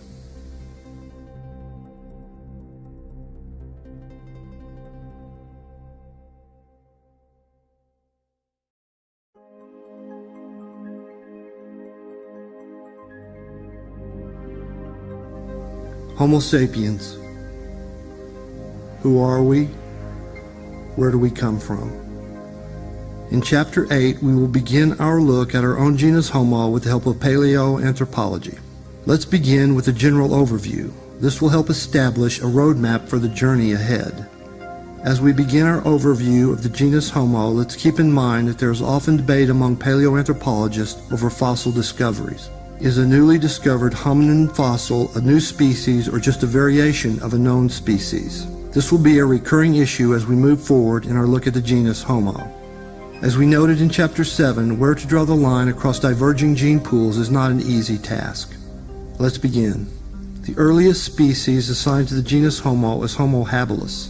The first fossil find designated Homo habilis was found in 1960 in Olduvai Gorge in Tanzania by Jonathan and Mary Leakey. The time range of Homo habilis is approximately 2.5 million to 1.4 million years in the past. Going down the timeline, we would next encounter Homo rudolfensis. The fossils of rudolfensis were discovered in 1972 on the east side of Lake Turkana in Kenya by a research team led by Richard and Maeve Leakey. The estimated age of rudolfensis is 1.9 million years in the past. Next on our timeline, we encounter Homo ergaster. The designation of ergaster as a species is a point of debate among paleoanthropologists. There is a school of thought that ergaster is just a variation of Homo erectus. Others feel ergaster fossils vary enough from later fossils of erectus, especially those discovered outside of Africa, that it warrants ergaster being designated a separate species. The first fossil find designated Homo ergaster was made in 1971 in Kobe Ford near Lake Turkana in Kenya by members of Richard Leakey's research team. The fossil was first designated Homo habilis. In 1975, Colin Groves and Vratislav Mazik reassigned the fossil to a new species which they called Homo ergaster. The range of ergaster is estimated to be 1.9 to about 1.4 million years in the past. Next on our timeline, we encounter Homo georgicus. The fossil remains of Homo georgicus were discovered in 1991 by paleoanthropologist David Lord Kipanitsa in Dmanisi, Georgia. The fossils were first thought to belong to Homo ergaster. In 2002, the fossils were assigned to the new species Homo georgicus. The fossils of Homo georgicus were dated to about 1.8 million years in the past. This important find clearly demonstrates that members of the genus Homo had migrated out of Africa by 1.8 million years ago. Next on our timeline, we encounter Homo erectus. Homo erectus is thought to have been the first hominin ancestor to migrate into Asia. The first fossil remains of Homo erectus were found in 1891 by Dutch anatomist Eugene Du Bois in Indonesia at Trinil along the banks of the Solo River on the island of Java. Du Bois assigned his find to a new species he called Pithecanthropus erectus. The fossils were later reclassified to the species Homo erectus. The time range of Homo erectus is around 1.5 million years ago to as late as 70,000 years ago. Next on our timeline, we encounter Homo antecessor. The first fossils of Homo antecessor were found in 1994 at the Grandolina site at Sierra de Atapuerca in northern Spain by Eudald Carbonell and fellow researchers. The fossils of antecessor represent the oldest hominin fossils discovered in Europe. The range of antecessor is estimated to be 1.2 million years ago to around 780,000 years ago. Some paleoanthropologists believe that Homo antecessor should actually be classified with the next hominid ancestor on our timeline, Homo heidelbergensis. The first fossil of Homo heidelbergensis was discovered in 1907 in Mauer, Germany by Daniel Hartmann, a workman at a local sandpit. Mr. Hartmann gave the fossil jaw to Otto Schoetensack, who was a professor at the University of Heidelberg. Professor Schoetensack assigned the fossil to a species he named Homo heidelbergensis. The time range of heidelbergensis is about 700,000 years ago to as late as 200,000 years ago. Next on our timeline is Homo rhodesiensis. The first fossils of Homo rhodesiensis were found in 1921 by Swiss miner Tom Zwigler at the Broken Hill mine in what was then northern Rhodesia, but in the present day is Kabwe, Zambia. Due to the lack of proper scientific excavation of the fossils and subsequent destruction of the discovery site, dating is difficult. The estimated time range of rhodesiensis is 300,000 to 125,000 years in the past. Some paleoanthropologists classify the rhodesiensis fossil as being Homo heidelbergensis. Next on our timeline is Homo neanderthalensis. The first fossils designated Homo neanderthalensis were discovered in 1856 in a cave near Dusseldorf, Germany during mining operations by limestone quarry workers. The fossils were given to an amateur naturalist, Johann Karl Vollrath. Vollrath brought the fossils to Hermann Schaffhausen, a professor of anatomy at the University of Bonn. Schaffhausen and Vollrath made the discovery of the fossils public in 1857. In 1864, William King, a geologist teaching at Queen's College Galway in Galway, Ireland, suggested that the fossils be given the species name Homo neanderthalensis. The time range of neanderthalensis is about 300,000 years ago to around 30,000 years ago. Last and still standing on our timeline is our own species, Homo sapiens. The oldest known fossils of Homo sapiens were discovered in 1967 by Richard Leakey and members of his research team along the Omo River in the Kibish Formation in southern Ethiopia, approximately 100 miles north of the Kobe 4 fossil site. The fossils were initially dated to 130,000 years in the past. From 1999 to 2003, other research teams returned to the Kibish Formation to continue the fieldwork.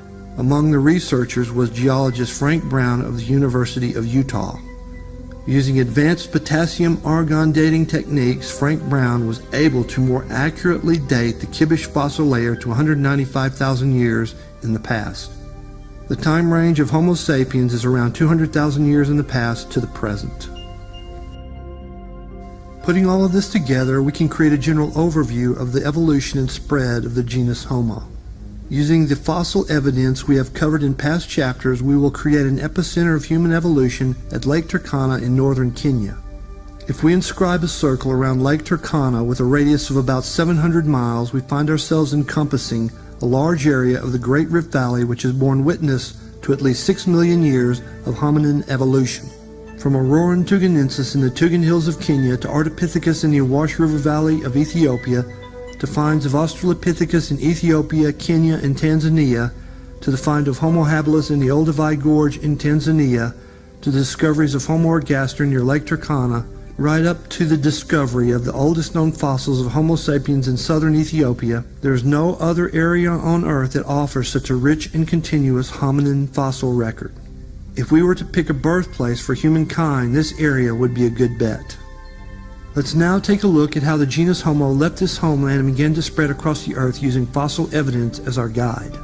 Looking at our map of fossil sites, let's add a handful of other sites which will help flesh out the timeline for the genus Homo. In Ethiopia, we can add a Homo ergaster site in the Bori Formation in the middle of Wash River Valley. In Western Africa, we can add a Homo erectus site at Tianif in Algeria, as well as sites in Casablanca and Saleh in Morocco.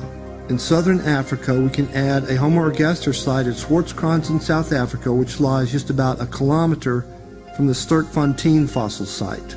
Moving out of Africa, we can add a Homo erectus site at Ubaidiya in Israel. More Homo erectus sites can be added in Java at Mojokerto, Sangiran, and Nyangdong. Moving farther east into China, we can add Homo erectus sites at Yanmao, Lantian, Hexian, and Zhukoodian. Let's now make an attempt to establish a general timeline for the spread of the genus Homo out of Africa. The migration or movement out of Africa was probably incremental movement spread over thousands of years. A growing population and competition for resources may have caused groups of our ancestors to move into less populated areas where resources were more plentiful. With Lake Turkana as our center point, let's start our clock ticking around the 2 million year mark. Somewhere in this time frame of 2 million to around 1.8 million years ago, we would find Homo ergaster making an appearance in eastern Africa. Using the fossil site in Dmanisi as an early benchmark, we see that the genus Homo had moved north out of Africa by around 1.8 million years in the past. This gives us about a 200,000 year range for the spread of ergaster from Lake Turkana to Dmanisi. The walking distance from Lake Turkana to Dmanisi is about 3,000 miles or about 4,800 kilometers. Allowing for an annual expansion rate of just 1 mile a year, we see that it would take only about 3,000 years for our ancestors to have expanded their range into the regions around the Black Sea. At the same rate, it would have taken about 10,000 years for Homo erectus to expand into Java in Indonesia, where we also find fossil sites dated to about 1.8 million years ago. The sparse fossil record does little to provide a solid timeline for the spread of the genus Homo out of Africa. But we can speculate that from around 1.85 million years ago to around 1.75 million years ago, Homo erectus had left Africa. Our ancient ancestors had traveled more than 10,000 miles over a speculated range of 100,000 years. This works out to an expansion rate of about 528 feet per year. If we include the oldest date for the Atapuerca site in Spain of 1.2 million years ago, then it is possible some late variant of Homo erectus had moved into Europe by that date. By 1 million years ago to around 700,000 years ago, Homo erectus and its variants had spread across Africa into Asia and Europe. We have fossil sites in Western Africa and China that testify to the appearance of Homo erectus in these areas by 700,000 years in the past. Homo erectus had become the most widespread and successful hominin species of the ancient world. Yet for all the success of Homo erectus, the future of the genus Homo still lay in Africa. In Chapter 9, we will begin to unravel the mysteries of the genus Homo as we continue our quest to find out who we are and where we came from.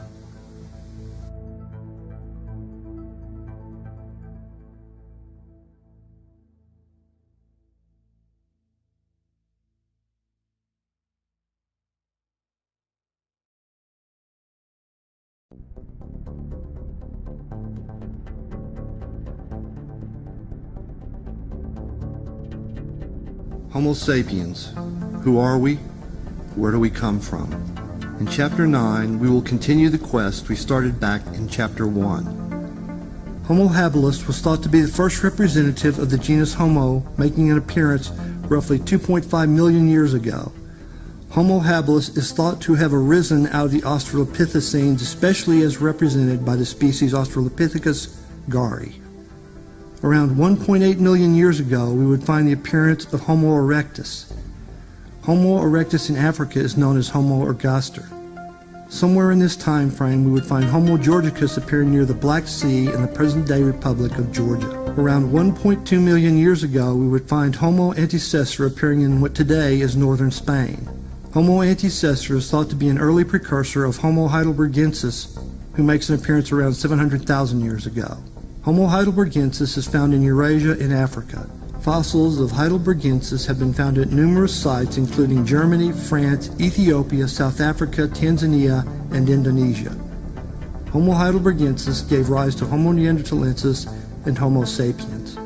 Homo neanderthalensis appeared around 300,000 years ago in Europe. Homo sapiens appeared around 200,000 years ago in Eastern Africa. Again, this is an oversimplification of a complex process, but it takes us where we want to go, and that is the 200,000 year mark in the appearance of Homo sapiens in Africa. Let's take a look at some of the most important fossil finds as relates to Homo sapiens. The earliest fossil finds of our own species Homo sapiens were found in Africa. The oldest known fossils of Homo sapiens are dated to around 195,000 years ago. These fossils were discovered in 1967 in the Kibish Formation along the Omo River in southern Ethiopia by a research team directed by Richard Leakey. Another important fossil find designated Homo sapiens adultu was discovered in 1997 at the Herto Buri site in the Middle Awash River Valley in northeastern Ethiopia by Tim White. The Homo sapiens adultu fossil was dated at 160,000 years in the past. Analysis of the fossils of Homo sapiens adultu found them to be transitional between older archaic humans and fully modern humans. Archaic human characteristics would be those exhibited by earlier members of the genus Homo, such as heidelbergensis and neanderthalensis. Characteristics which would differentiate archaic humans from anatomically modern humans would include a thicker skull, prominent brow ridges, and lack of a prominent chin. As evolution is a gradual process, one would expect to find transitional characteristics as the genus Homo evolved from archaic forms to anatomically modern humans. This is exactly what we see in the fossils of Homo sapiens adultu. In 1976, Dr. Mary Leakey's research team working in northern Tanzania made an important fossil find in the Nogolobo fossil beds at Litoli. The fossil find was of a Homo sapiens skull designated Litoli hominid 18 or LH18. The fossil was dated to 120,000 years in the past. The skull displays a mixture of archaic and modern Homo sapiens features. Another important site for Homo sapiens remains is the Klassies River caves located near the Klassies River in eastern Cape Province in South Africa. The site is dated across a span of 125,000 years ago to 70,000 years ago.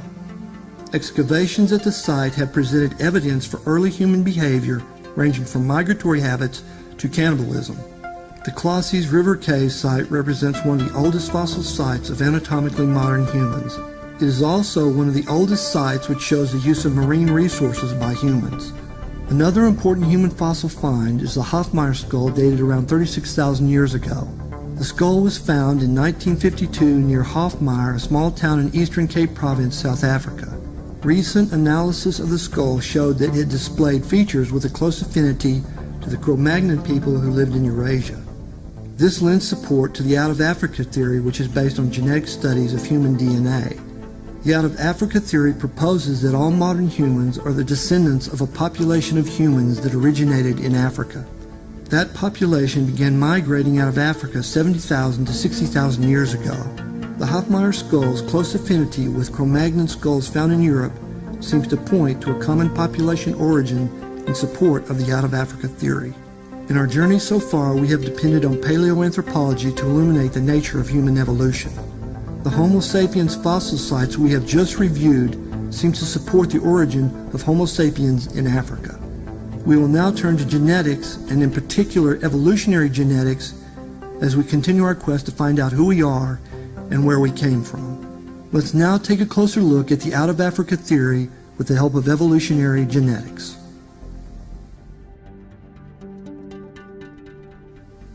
Evolutionary genetics is a synthesis of the science of genetics with Darwinian evolution. At the heart of this broad discipline is DNA. As we noted back in Chapter 3, DNA is the primary mechanism underlying evolution. It is literally the code of life. Over some several billion years of evolution, the original DNA gene pool has mutated and changed to populate the Earth with the breadth of biodiversity we see today, including our own species, Homo sapiens. Within our human DNA, we carry the history of our evolutionary past. Our evolutionary history is stored in genetic mutations which scientists refer to as genetic markers. Recent advances in DNA sequencing have allowed scientists to study these genetic markers in greater detail. By studying and comparing DNA sequences from numerous diverse human populations around the world, the scientists involved in evolutionary genetics have been able to create a general picture of the appearance and spread of modern Homo sapiens out of Africa into the rest of the world. Geneticists have been able to catalog a series of genetic markers that help in mapping the spread of humans out of Africa. Because genetic mutation is theorized to occur at regular intervals over time, scientists have also been able to provide time frames for the occurrence of these genetic markers or mutations. This has allowed scientists to trace the genetic line of modern human males to a theoretical most recent common ancestor who lived about 142,000 years ago in Africa. This ancient ancestor is popularly known as Y chromosomal Adam. Just as male lineages can be traced through the Y chromosome, matrilineal or female lineages can be traced through mitochondrial DNA, which is abbreviated mtDNA. All human cells contain organelles called mitochondria. Mitochondria are involved in the production of adenosine triphosphate, or ATP. ATP is a chemical power source for our cells. Mitochondria contain their own DNA. Mitochondrial DNA is inherited solely through the lineage of the mother. Geneticists have been able to sequence the mitochondrial DNA and use the resulting information to trace the human female lines of genetic inheritance.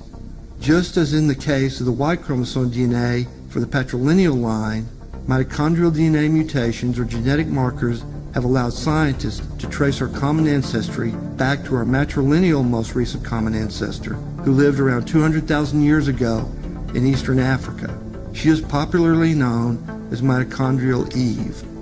The genetic placement of Y chromosomal Adam and mitochondrial Eve in eastern Africa between 200,000 years ago and 140,000 years ago is in accordance with the fossil evidence which finds the oldest Homo sapien fossils dated at 195,000 years ago in eastern Africa.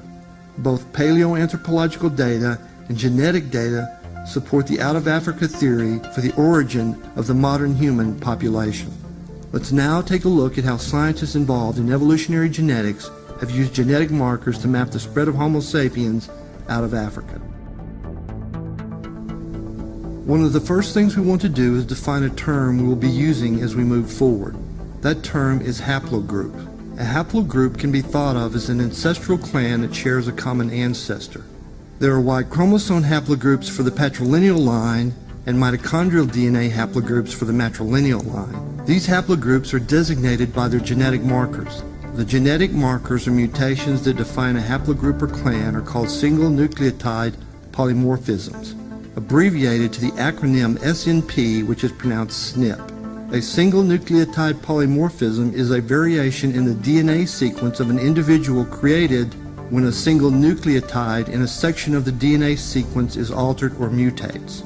Back in Chapter 3, we noted that there are 4 nucleotides which encode for DNA: adenine, thymine, cytosine, and guanine. A single nucleotide polymorphism might occur when the nucleotide cytosine is replaced with the nucleotide thymine in a section of the DNA sequence of an individual.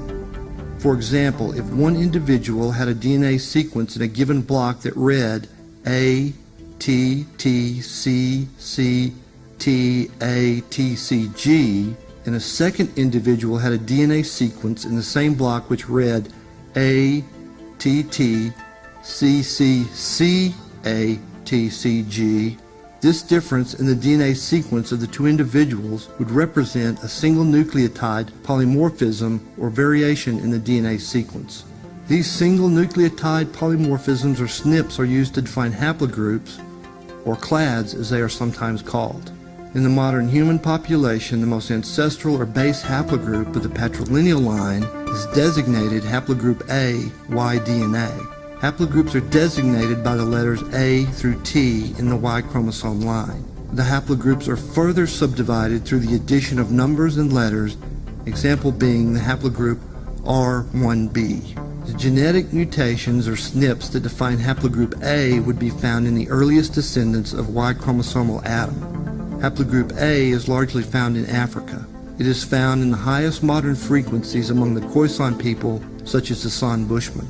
Genetically speaking, this makes the San Bushmen one of the oldest living representatives on the Homo Sapiens family tree.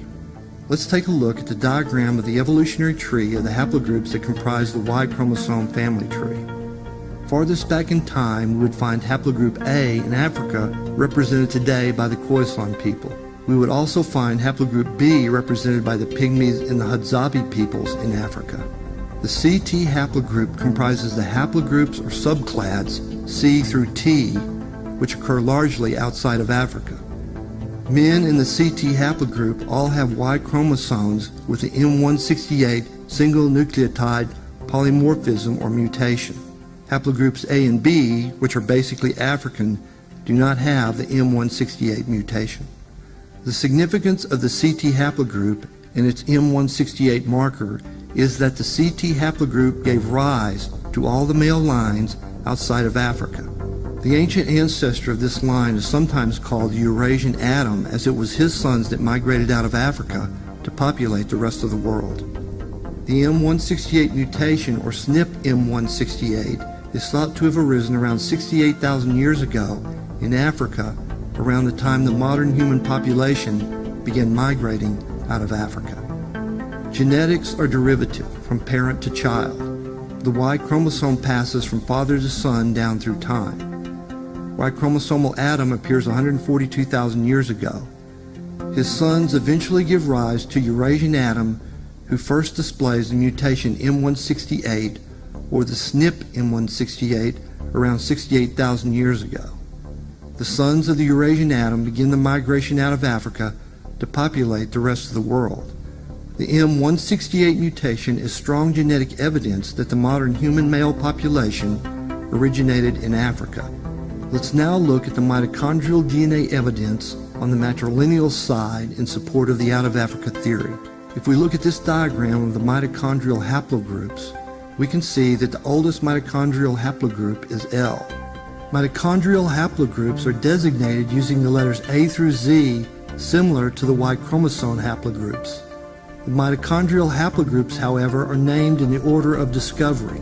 They therefore don't line up chronologically in time. For example, the haplogroup of mitochondrial Eve is designated haplogroup L and is thought to have originated around 200,000 years ago in Africa, whereas the mitochondrial haplogroup A is largely found from Eastern Asia into the Americas.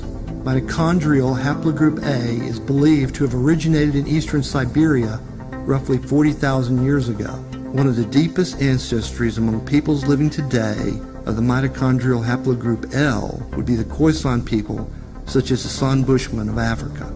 An important subclad of the mitochondrial haplogroup L is the haplogroup L3.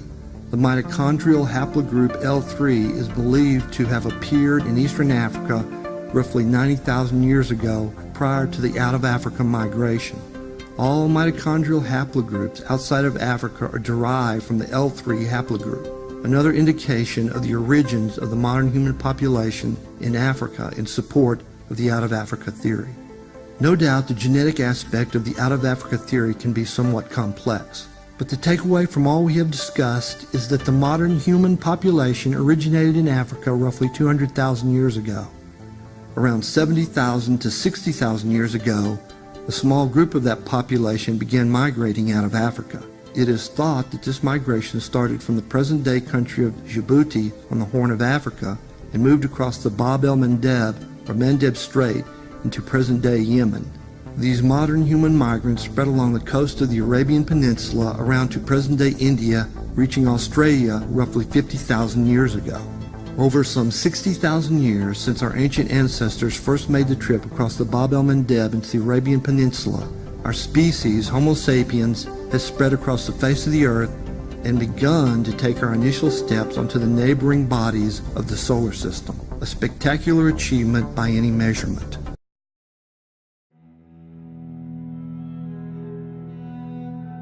Homo sapiens, who are we? Where did we come from? What is the nature of life itself? Questions a reflective mind might ask. But are these questions which we can really answer? Do we have enough of the pieces of this grand puzzle to even begin putting it together? Let's take a look. The first and most important puzzle piece was set in place in 1859 with the publication of Charles Darwin's On the Origin of Species, the seminal work in evolutionary biology. Darwin's opus laid out the framework for biological evolution with the concept that all life changes over time as a result of natural environmental pressures. This concept is fundamental to any attempt to answer the question, who are we? Other pieces of the puzzle have been provided by important fieldwork in the discipline of paleoanthropology, the study of ancient humans and their ancestral relatives in the fossil record. From the discovery of the bones of a Neanderthal in 1856 in Germany, to Raymond Dart's discovery of the Tong child, a juvenile Australopithecine, in 1924 in South Africa, to many other discoveries in Africa and around the world, the nature of human evolution is starting to come to light. The advent of modern genetics, especially evolutionary genetics, has led to not only great advances in our basic understanding of the fundamental mechanisms of evolution, but to insights into a basic timeline of human evolution, one of the most fundamental steps in answering the questions of who we are and where we came from.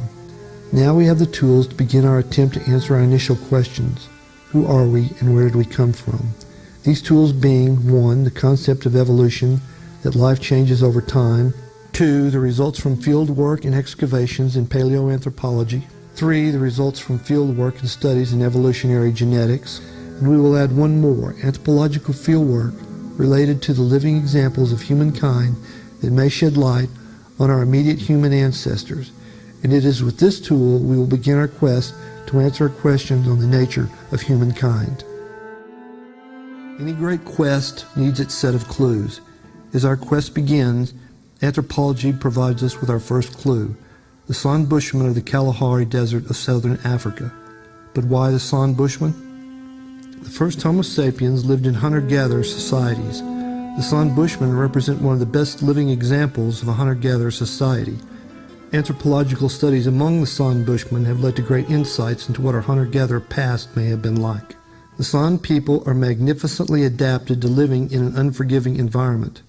Over thousands of years as a hunter-gatherer society, they have gained an intimate knowledge of the plants and animals on which they depend for survival. The San people are intrinsically bound to the land in which they live. When we study the San Bushmen, we study what it was to be human many thousands of years in the past prior to the advent of agriculture. The San people are not only ancient in lifestyle, but also genetically.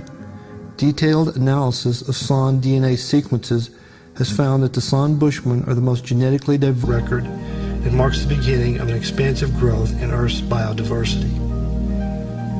The Phanerozoic is divided into 11 periods: the Cambrian, Ordovician, Silurian, Devonian, Carboniferous, Permian, Triassic, Jurassic, Cretaceous, Tertiary, and Quaternary periods. Let's start to look at the fossils of our human ancestors with a trip to the Jurab Desert of Chad, where fossils of one of our most ancient ancestors has been found. The Jurab Desert is located in northwestern Chad in northern Africa. It is part of the Great Saharan Desert System. The specific area where our potential ancestors' fossils were discovered is called the Taurus Manala Fossil Area. In 2001, members of the Franco-Chadian Paleoanthropological Mission led by Michel Brunet, working in the Taurus Manala region, discovered hominin fossils of a new species which they called Sahelanthropus chadensis. The fossils were dated at between 6 and 7 million years old. These are the oldest known fossils of a potential ancient human ancestor. The date of 6 to 7 million years puts the fossils in the same time range as the theorized genetic split between the Homo lineage and the chimpanzee lineage. Because of this, there is some debate among paleoanthropologists as to exactly what role Sahelanthropus plays in the family tree Homo. Is it a direct ancestor to Homo, or does it represent some parallel species to our ancient ancestor? Only future research will resolve this question. The current view of Sahelanthropus is that it probably walked upright, it had the brain size of a chimpanzee, and was probably about the same size as a chimpanzee. Fossils of other creatures found in the same strata include elephants, antelopes, hippos, crocodiles, hyenas, snakes, turtles, and fish. This leads paleoanthropologists to believe Sahelanthropus lived in an area of wooded savanna with lakes or rivers present. To find an equivalent environment today, we might look at Lake Chad, which lies on the border between Cameroon and Chad. The area around Lake Chad may be representative of the environment in which Sahelanthropus lived over 6 million years in the past. We took a look at the geological time scale a few minutes back. The last two periods of the time scale were the Tertiary and Quaternary periods. These cover the last 65 million years of Earth's history. The geologic boundary between the Tertiary and the older Cretaceous layer is known as the KT boundary. This is dated at about 65 million years ago. This layer marks the theorized asteroid strike that ended the reign of dinosaurs and began the rise of mammals. Bad for dinosaurs, but good for the family tree Homo. The Tertiary and Quaternary periods are divided into smaller time periods called epochs. The Tertiary Homo Sapiens, who are we? Where did we come from? We begin Chapter 2 in our quest with a continued look into paleoanthropology and the fossil record of our ancient ancestors. Fossils of our ancient ancestors are very rare. It can take many years of arduous searching to find a single fossil. But where do we even begin to search? Let's take a look at the areas where paleoanthropologists have had the greatest success in discovering clues into our past. We will use the ancestral range of the San Bushmen as a starting point. The San Bushmen represent a living link back to our ancestral past. Let's see how that ancestral range matches up to the fossil record. East Africa, especially the Great Rift Valley, has played a central role in human evolution. The ancestral range of the San Bushmen is centered on this key geographic area. As we begin our look at the fossil record, we will see that the Great Rift Valley has been an important player in the story of our quest to understand the human fossil record. We will be concentrating on fossil sites in 5 African countries: Ethiopia, Kenya, Tanzania, South Africa, and Chad. Some of the most important fossil finds related to our human ancestors have been discovered in these countries. To find a fossil from, say, 3.5 million years in the past, you need to know where to look. But how does one know where to look? A key part of the answer is geology. Geology is the study of the Earth's physical structure and substance. Geologists are able to date rock layers and fossils by various methods. Radiometric dating is one of the most important methods. Radiometric dating uses the decay of natural occurring radioactive elements to date a rock sample or fossil. This is referred to as absolute dating or calendar dating because it provides an actual time range for the age of a sample. Another method of geological dating is stratigraphic dating, which is a relative dating method. It uses the principle that younger layers of rocks will lay atop older layers of rock. By combining these two methods with other geologic and archaeological methods, scientists are able to date rock layers and the fossils found in these layers. These methods enable paleoanthropologists not only to date fossils, but also point to rock layers where fossils of a certain age may be found. All of this field work and dating of rock layers has led geologists to arrive at a geological timescale for the Earth. Let's take a moment to familiarize ourselves with this timescale, as it will give us a reference for our continued quest to look into the fossil record of our human ancestors. The age of the Earth is calculated to be about 4.5 billion years old. This 4.5 billion year history can be divided into 2 broad stretches of time called the Precambrian and the Phanerozoic. The Precambrian stretches from 4.5 billion years ago to approximately 545 million years ago. The Phanerozoic begins 545 million years ago. It is marked by the large-scale appearance of multicellular life forms in the fossil record. Homo neanderthalensis lived from approximately 30,000 years to 300,000 years into the past. Next, we will list Homo heidelbergensis, an extinct member of the genus Homo, which is thought to have lived from about 300,000 to 800,000 years in the past. Homo heidelbergensis is thought to have been the progenitor to Homo neanderthalensis and Homo sapiens. Farther up the family tree, we find Homo erectus. Homo erectus, also known as Homo ergaster in Africa, is thought to have lived over a range of time extending 70,000 years in the past to 1.9 million years in the past. Homo erectus is the first member of the genus Homo to migrate out of Africa. Fossil evidence of Homo erectus has been found in Africa and as far east as China. Next, we have Homo habilis. Homo habilis lived from about 1.4 million years in the past to 2.5 million years in the past. Homo habilis is considered to be one of the earliest members of the genus Homo and also thought to be one of the first stone tool makers. Moving ever farther into the past and up the family tree, we come to Australopithecus africanus. Australopithecus africanus lived between 2 and 3 million years into the past. Next, we have Australopithecus afarensis. Australopithecus afarensis lived from about 2.9 million years ago to 3.8 million years ago. The best known example of afarensis is the famous 3.2 million-year-old fossil known as Lucy, discovered at Hadar, Ethiopia in 1974. Moving ever farther back into the dim past, we arrive at Auroran tungenensis, who lived between 5.6 and 6.2 million years into the past. Fossils of Auroran were discovered in the Tungan Hills of Kenya. Auroran may represent one of the earliest bipedal hominins. Next, we have Sahelanthropus chadensis. Sahelanthropus chadensis is thought to have lived between 6 million and 7 million years in the past. Sahelanthropus represents one of the oldest members on the family tree Homo. There is some evidence based on the foramen magnum, the opening at the base of the skull where the spinal cord connects, that suggests Sahelanthropus may have walked upright. But due to the limited nature of fossil evidence surrounding Sahelanthropus, little is known about its true nature. With Sahelanthropus, we have come as far back into our past as paleoanthropology can take us. Genetic evidence based on DNA sequencing and molecular clocks puts the human-chimpanzee genome split at between 6 and 7 million years into the past. To go any deeper, we would have to enter into an area so speculative as to be of little use. So we will end our look at our family tree here and move on to a closer inspection of the fossil evidence.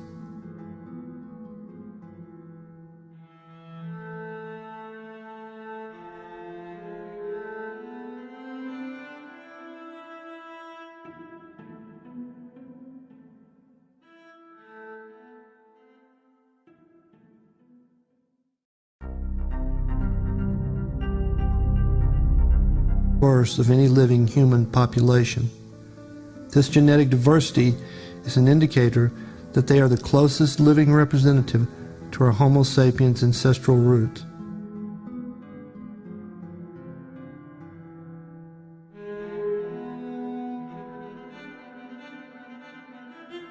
Another indicator of the ancient lineage of the San Bushmen is their language. The Click language of the Bushmen is thought to reflect characteristics of the first human languages. A past study by scientists at Stanford University theorized that the clicks found in some 30 African languages may harken back 40,000 years or more into the past. Thus, the language of the San Bushmen may represent one of the oldest languages still in use anywhere in the world.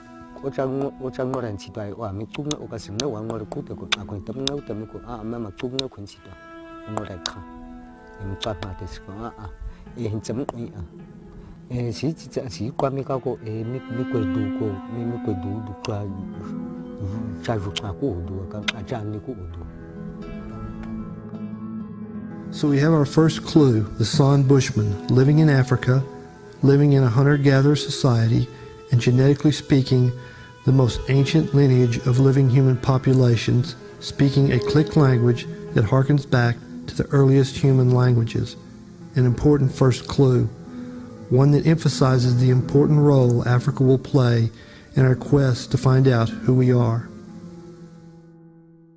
Now we will take a look at the next clue in our quest. For this clue, we will turn to paleoanthropology. Here we will dig ever deeper into the past as we continue our quest to find out who we are. In our quest to discover the nature of who we are, we will look for our second clue in paleoanthropology, the study of our ancient human ancestors in the fossil record. Hassan Bushman, our first clue, with the help of anthropology and genetics, has let us look some thousands of years back into our past. With the help of paleoanthropology, we will attempt to look millions of years into our ancient past. But looking millions of years into the past is not easy. If you've ever tried to investigate your own family's history, you know that going past your great-grandfather can be difficult, and that is only 3 or 4 generations. With paleoanthropology, we will be attempting to look anywhere from 20,000 to 160,000 generations back, and to really push it, possibly 280,000 generations into our past. Quite a stretch up the family tree. So to simplify the process of covering so much time and data, let's first acquaint ourselves with our relatives on our family tree. Homo sapiens extend from the present back to around 200,000 years in the past. There's a bit more to it than that, but we will cover that issue when we arrive at a future clue in our quest. Next on our family tree, we will place our cousin Homo neanderthalensis. Recent genetic evidence indicates some interbreeding between Homo sapiens and Homo neanderthalensis, but appears to have had little impact on the general genetic makeup of Homo sapiens.